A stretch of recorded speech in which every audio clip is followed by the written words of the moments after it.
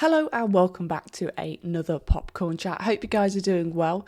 In this video, I'm going to be bringing back a section that we used to have on the channel we haven't done for a while now, and that is book versus film review. Now in this video, I'm going to be speaking to you about Stephen King's Gerald's Game. Now this is something I've been meaning to read for ages. I picked it up a few months ago. But I decided to read it this year. It's one of the sort of first few books I've read in 2023. And I've only ever read one other book, and that was The Shining. So I was curious to check out more of his work.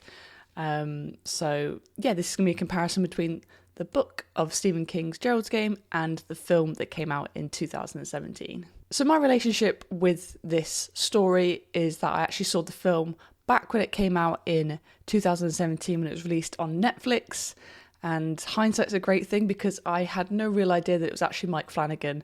And Mike Flanagan has become one of these directors that I've really enjoyed seeing his work. You know, he's obviously collaborated a lot with Netflix since then, with Haunted of Hill House, Blind Manor, Midnight Mass. So they've got a really good working relationship. And I think he seems to understand Stephen King's writing, and he sort of brings that into his own projects as well. So he was definitely a great fit to tell this story. So having seen the film back in 2017, I didn't really remember too much. There was only one bit that I remember where Jesse's trying to escape and, there's a bit of gore.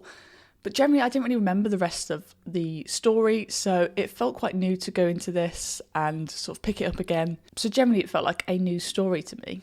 I really enjoy Stephen King's writing. After now reading two of his books, I think he has this sort of innate ability to put you in this character's perspective by bringing sort of day-to-day horrors and situations and traumatic experiences that people go through and putting them in a really sort of attainable kind of way. Both books that I've read from him have this sort of inner monologue, this sort of internal voice that both sort of lead characters go through. So that's interesting that I've chosen these stories. It's not deliberate, I promise.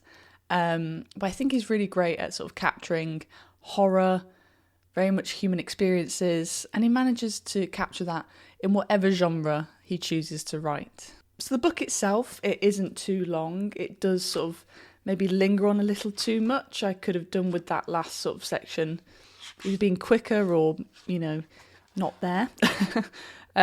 So it's 342 pages in the copy that I have. So it's a good sized novel that you can get your teeth stuck into, but it's also, you can complete it fairly quickly if you're a fast reader. So let's talk about some of the comparisons between the book and the film itself. So going forward, I am going to be speaking about some spoilers and possibly some trigger warning of sexual assault. What I really liked that the film did is they added in this relationship between Jesse and the dog right at the beginning. They get this sort of Chekhov's gun, I think that's the right phrase, where we know that this character of the dog is going to come into play much later on for Jesse.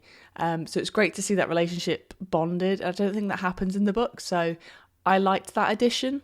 I think that really helped towards the narrative of the film. So the setup for this film is that Jesse and Gerald have gone away for this romantic stay, and they're trying out new things in their relationship. So Gerald handcuffs Jesse to the bed, and they try things, but she's not comfortable doing that. And in that process, she actually kicks him in the genitalia.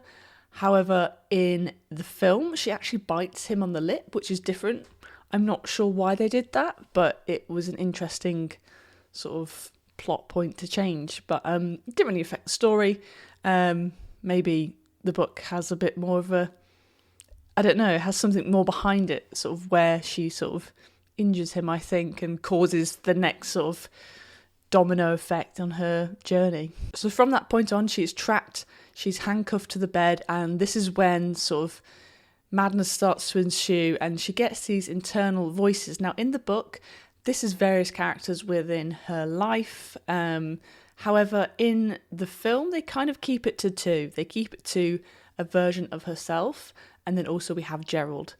Now in the book, it gets a little bit confusing sometimes in terms of who's speaking because there's a lot of voices. But in this, they just keep it to two people really, and I think that keeps it a lot more controlled. It gives the actor who's playing Gerald a lot more to do, which is always good because he's in it for a very short time. And we also have flashbacks as well. But I think, yeah, it was interesting to see that difference. And I'd be curious to know why Flanagan didn't choose to use all those separate voices and just instead use the two actors. So when people think of Stephen King, they think of horror mainly. And in this, it very much encapsulates different kinds of horrors. But in terms of the classic sort of typical horror, that is very evident within this book. There is a part of Jessie's sort of mind that believes that there is someone in the corner that comes to see her at night. Now, when I was reading this, I was getting up early, going to the gym in the dark, and I would have this fear that there was something in the corner. The fact that the book is able to make me think that and like have this ability to tune into, everyone's sort of irrational fears that they have, that there might be something in the corner lurking there. He is excellent at making me scared at 27 to look into the corner of the room. And I don't think they necessarily capture that as well in the film. Some people may disagree, but it didn't feel as scary as the book. Maybe it's because I just read it recently and then watched the film soon after.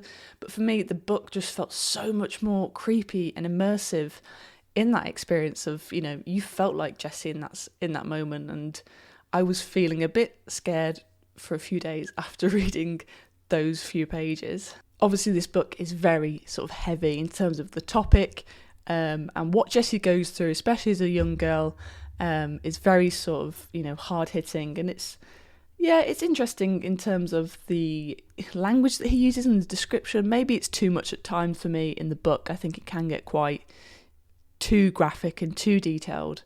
I wouldn't say this book is for everyone. I think the book itself needs to be trigger warned because it can be quite full on. So maybe if, you or anyone has had experiences of assault, maybe avoid this book.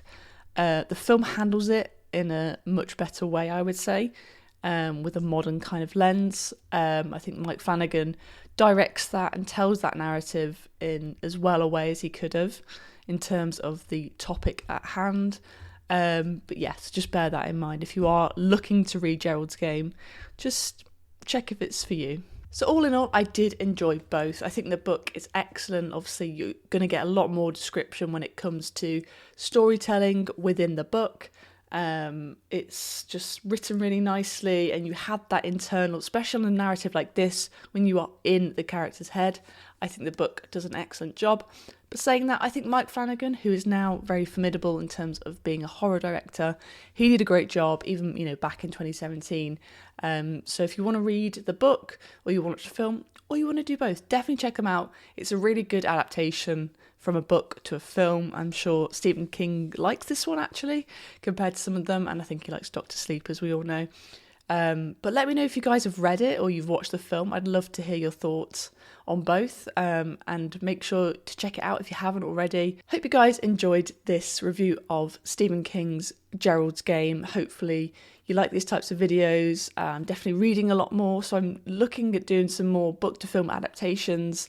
I mean, I've read The Shining, I've read Ready Player One and watched that film recently. So if you want to see more of these, do let me know, because I do enjoy reading, and they also happen to adapt a lot of the books that I tend to read. So let me know your thoughts down below in the comments, and if this is the kind of videos that you enjoy, because I enjoy making them.